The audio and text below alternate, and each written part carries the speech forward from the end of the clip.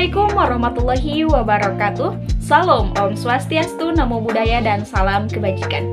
Izin memperkenalkan diri. Perkenalkan, nama saya Hasyibayani dengan NIM 21210122. Tujuan saya membuat video ini untuk memenuhi UAS mata kuliah apresiasi dan kajian prosa yang diampu oleh Ibu Riana Dwi Lestari, MPD.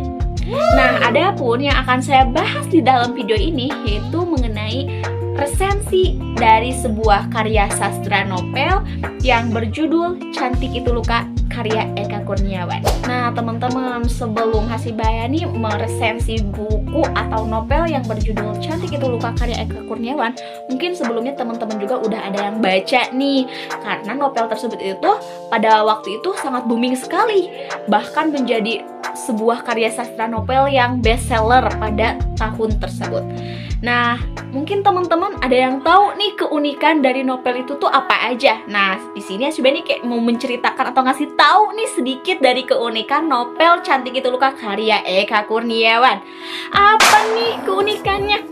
Nah, teman-teman, jadi keunikan dari novel Cantik Itu Luka karya Eka Kurniawan itu pertama, alurnya itu maju mundur tapi nggak bikin bingung gitu. Kan biasanya kalau suatu cerita yang alurnya maju mundur kayak ribet gitu ya, kayak sulit untuk dipahami gitu ya. Tapi kalau novel itu enggak, malahan kita bisa menikmati alur tersebut. Nah, selain itu juga yang kedua, tokohnya di sini tuh mempunyai peran penting masing-masing gitu. Jadi enggak tokoh sentral, jadi enggak berfokus pada satu tokoh, tapi semuanya tokoh itu kayak berperan gitu. Ya meskipun sedikit agak belibet karena terlalu banyak tokohnya, pemain yang diperankannya gitu, tapi kayak ketika dibaca tuh kayak langsung gitu, kayak enaken gitu. Nah, mungkin itu teman-teman yang bisa Hasyibayani spill keunikan dari novel yang berjudul Cantik Itu Luka karya Eka Kurniawan. Nah nih, buat teman-teman yang pengen tahu kelebihan, kekurangan, atau kayak tokohnya siapa aja, terus novel itu menceritakan tentang apa, mari kita resensi sama-sama novel yang berjudul Cantik Itu Luka karya Eka Kurniawan. Jangan skip videonya, tonton sampai habis. Cantik Itu Luka karya Eka Kurniawan. Hanya cinta yang bisa menyembuhkan orang gila. Novel ini menceritakan kehidupan Dewi Ayu, seorang pelacur dengan paras cantik di Halimunda pada masa kolonial Belanda. Dewi Ayu merupakan anak dari Henry Stemler dan Anna Stemler. Henry Stemler merupakan anak dari Ted Stemler dan Marietje Stemler. Sedangkan Anna Stemler merupakan anak dari Ted Stemler dan sang gundik yaitu Ma Iyang. Ted Stemler adalah orang Belanda yang menetap di Halimunda, yang dimana dia telah mempunyai istri yang bernama Marietje Stemler. Namun, tiba-tiba dia mempunyai ide yang sangat busuk. Dia ingin menikahi seorang gundiknya atau seorang pembantunya yang bernama Ma Iyang.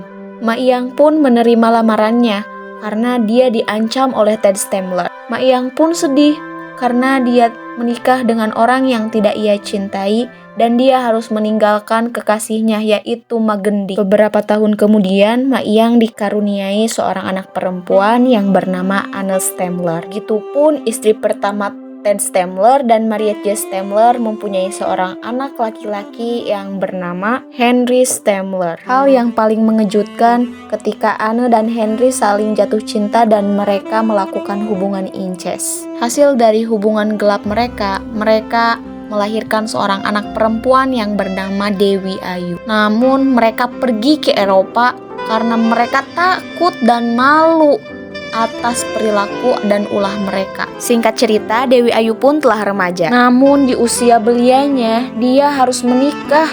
Ternyata dia harus menikah dengan Ma Gendik, pacarnya Ma Iyang waktu dulu. Ma Iyang melakukan itu semua karena dia ingin menebus kesalahannya kepada Ma Gendik. Namun tidak cukup dari itu. Ma Iyang pun stres, frustasi, dan akhirnya dia memilih untuk mengakhiri hidupnya dengan bunuh diri. Dewi Ayu pun harus kehilangan sesosok neneknya. Bahkan kakeknya dan ibu tirinya pun pergi meninggalkan Halimunda karena mereka ada tugas di Belanda. Mau tidak mau, Ma Gendik pun menikahi Dewi Ayu karena dia ingin balas dendam kepada keturunannya Ma Iyang agar mereka bisa merasakan apa yang Ma Gendik rasakan. Ma Gendik pun mengutuk keturunan Ma Iyang agar mereka hidup sengsara. Tidak lama dari itu, Ma Gendik pun memilih mengakhiri hidupnya dengan terjun dari sebuah bukit. Alasan Magendi bunuh diri karena dia tidak bisa memaksakan dan tidak bisa menjalani pernikahannya tanpa dasar cinta.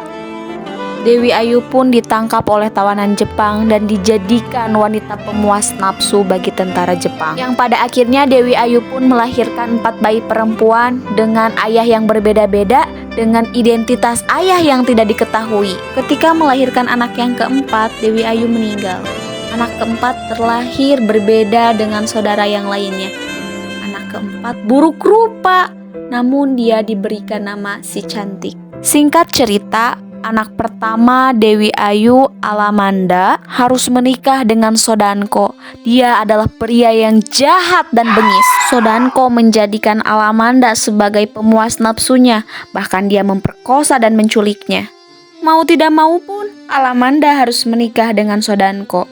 Padahal dia mempunyai kekasih yang bernama Kliwon. Kliwon pun sangat sedih yang pada akhirnya dia menikahi adiknya Alamanda yang bernama Adinda. Adinda adalah putri kedua Dewi Ayu. Sedangkan putri ketiga Dewi Ayu yang bernama Maya Dewi, dia dijodohkan dengan pacarnya Dewi Ayu waktu dulu yang bernama Maman Gandeng. Umur mereka beda 30 tahun. Sehingga Maman Gandeng tidak pernah menyentuh Maya Dewi sebelum dia berusia 17 tahun. Beda lagi dengan anak Dewi Ayu yang keempat, yaitu Si Cantik. Nasib dia begitu malang karena tidak ada orang yang respect kepadanya. Singkat cerita, Sodanko dan Alamanda dikaruniai seorang bayi perempuan yang diberikan nama Nurul Aini. Begitupun Adinda dan Kliwon dikaruniai seorang bayi laki-laki yang bernama Krisan. Pasangan Maman Gandeng dan Maya Dewi pun dikaruniai seorang anak perempuan yang bernama Rengganis. Singkat cerita, Nurul Aini, Krisan, dan Rengganis pun sudah remaja, namun mereka terlibat dengan hubungan cinta segitiga. Krisan menyukai Nurul Aini, tapi dia tidak berani untuk mengungkapkannya dengan alasan karena takut persaudaraan dan pertemanannya hancur. Namun dia tidak tahan dan tidak kuat dengan cantiknya Rengganis, dan yang pada akhirnya Krisan pun memperkosa Rengganis. Karena tidak mau bertanggung jawab, Krisan pun membunuh Rengganis dan membuangnya ke tengah laut. Ketika Rengganis menghilang, Nurul Aini pun meninggal. Bahkan ayahnya Krisan, yaitu Kliwon, dia juga memilih bunuh diri karena cintanya masih ada di orang lama. Gagal move on dari Alamanda. Krisan pun sedih karena dia belum mengungkapkan rasa cintanya kepada Nurul Aini. Yang pada akhirnya Krisan nekat, dia menggali kuburnya dan membawa mayatnya Nurul Aini ke dalam rumahnya dan disimpan di bawah ranjangnya. Aduh, Krisan. Kacau balau semuanya. Sodanko meninggal karena dia terus mencari siapa yang mencuri mayat anaknya dari kuburan. Yang pada akhirnya Alamanda ditinggal dan dia menjanda. Lalu Kliwon yang memilih bunuh diri karena dia merasa bersalah dan tidak berguna, bahwa dia masih mencintai kekasihnya yaitu Alamanda, dan yang akhirnya Kliwon memilih bunuh diri dan Adinda pun ditinggalkan. Begitupun Maya Dewi. Maman Gandeng terus mencari siapa yang membunuh dan memperkosa anaknya Rengganis sehingga dia stres dan meninggal dunia. Lalu bagaimana dengan Si Cantik? Si Cantik dinikahi oleh Krisan. Kenapa Krisan menikahi Si Cantik? Karena Krisan berpikir bahwa wanita-wanita cantik yang ia cintai meninggalkan dia, sedangkan Si Cantik yang buruk rupa dia tidak meninggalkan dia. Dan Krisan menyimpulkan bahwa cantik itu membawakan luka, sedangkan jika buruk rupa itu tidak akan memberikan luka. Tidak lama dari itu Krisan pun meninggal dan meninggalkan Si Cantik, dan akhirnya Si Cantik pun menjanda. Sungguh malang sekali, semua anaknya Dewi Ayu menjanda.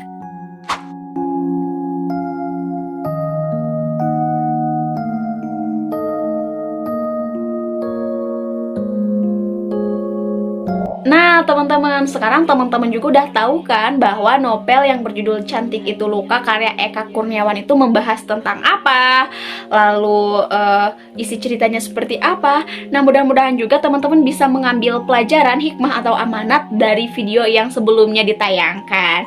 Nah mungkin resensi yang dilakukan Hasibayani cukup sampai sini. Jika ada kekurangan boleh di komen di kolom komentar. BTW, jangan lupa like, comment, share, and subscribe. Sampai jumpa. Assalamualaikum warahmatullahi wabarakatuh.